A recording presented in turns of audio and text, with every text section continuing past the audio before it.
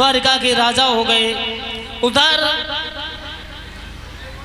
इसी भारत भूमि पर एक कुंदनपुर शहर था, जहाँ के बड़े ही अच्छे महाराज राजा भीष्मक राज्य करते थे। केशव प्रजापति 101 रुपये ठाकुर जी के व्यासपीठ की ओर भेंट कर रहे हैं। कामना है भगवान कृपा दृष्टि रखे। भीष्मक के 5 पुत्र हुए हैं। छठी बिटिया है जिसका नाम रुक्मणी है। नारद जी ने जिसका नामकरण किया उसका नाम रुक्मणी रखा। हस्तरेखा देखते समय एक बात और कही थी महाराज भीष्मक से, आपकी बिटिया का जो पति होंगे वो भगवान यादवेंद्र सरकार कृष्ण होंगे। रुक्मणी जब विवाह के योग हुई है तो भगवान कृष्ण की बहुत बड़ी पुजारिन है। जिस समय रुक्मणी विवाह के योग हुई सज्जनों, तो रुक्म ने अपने साले शिशुपाल के साथ विवाह करने का निश्चय किया है। लेकिन उधर शिशुपाल के साथ विवाह करने का जिस समय निश्चय किया, उधर भीष्मक रो रहे हैं कि हमारे दामाद तो नारद जी के द्वारा बताए हुए भगवान कृष्ण हैं, और कृष्ण किसी तरह से हमारे दामाद बन गए तो हमारा जीवन धन्य हो जाएगा। भीष्मक को पता चला कि रुक्म अपनी बहन रुक्मणी का विवाह शिशुपाल के साथ करना चाहता है। तो भीष्मक ने कहा, बेटा ये तुम बहुत बुरा कर रहे हो। शिशुपाल ने कहा, चाहे युद्ध करना पड़े। और 101 रुपये ज्ञानवती जी ठाकुर जी के चरणों में भेंट कर रही हैं।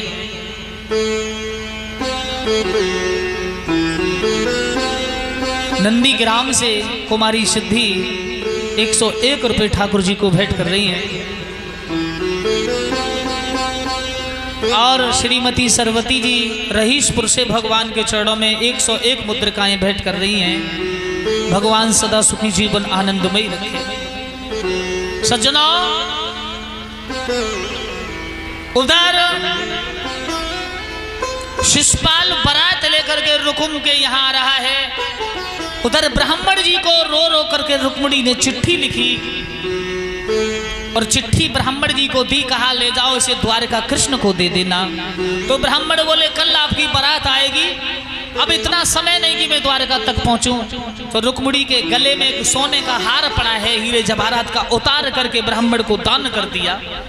अब तो ब्राह्मण देवता को दान मिला और कहा कि आप ब्राह्मण जी जब लौट के आओगे मेरा संदेशा कृष्ण को देके, तो मैं तुम्हें बहुत हीरे जवाहरात मोती दान करूंगी। आज ब्राह्मण देवता बैठते हुए सोते जागते हुए धीरे धीरे एक बगीचा में सो गए। भगवान कृष्ण ने योग माया से कहा, ब्राह्मण को उठाया, द्वारका के बगीचा में सुला दिया। आंख खुली तो ब्राह्मण सोचने लगे शाम हो गई और द्वारका ना जाने कितनी दूर होगी।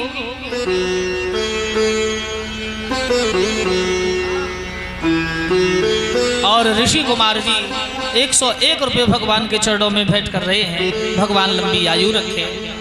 भगवान श्याम सुंदर जिस समय बगीचा में आए हैं, ब्राह्मण जी की आंखें खुली, सामने द्वारका प्रवेश करते चले गए। कृष्ण बैठे हैं। जिस समय चिट्ठी ले जा करके दी भगवान कन्हैया के हाथ में कि प्रभु मेरा भाई शिशुपाल के साथ मेरा विवाह करना चाहता है और आप नहीं आए तो बस रुक्मणी का जीवन कल समाप्त हो जाएगा। श्री सुखदेव जी कहते हैं भगवान कन्हैया ने दारुक से कहा, दारुक रथ तैयार करो। रथ तैयार किया, रथ में ब्राह्मण जी को बिठाया। सुबह होते ही भगवान का रथ द्वारका से और भीष्मक नगरी की ओर चला है। जिस समय कुंदनपुर के दूर जाकर के रथ कुछ दूर खड़ा किया और ब्राह्मण से कहा कि ये बड़ा ही सुंदर मां अवंतिका का मंदिर है, मैं यहां खड़ा हूं, कह देना रुक्मणी से। चिट्ठी को लेकर के ब्राह्मण जी जैसे रुक्मणी के पास पहुंचे, कहा संग की सहेलियों में से उठ के रुक्मणी ब्राह्मण को देख के भागी। ब्राह्मण देवता मेरा संदेशा मेरे गोविंद तक पहुंचा या नहीं? ब्राह्मण जी बोले हाँ बेटी, संदेशा पहुंच गया है। और वो देवी मंदिर पर खड़े हैं। रुक्मिणी के गले में एक सोने का हार पड़ा, उतार करके ब्राह्मण जी को पुनः भेंट किया। रुक्मिणी ने एक आरती की थाली ली जिसमें कुछ पुष्प और दीपक जलाया।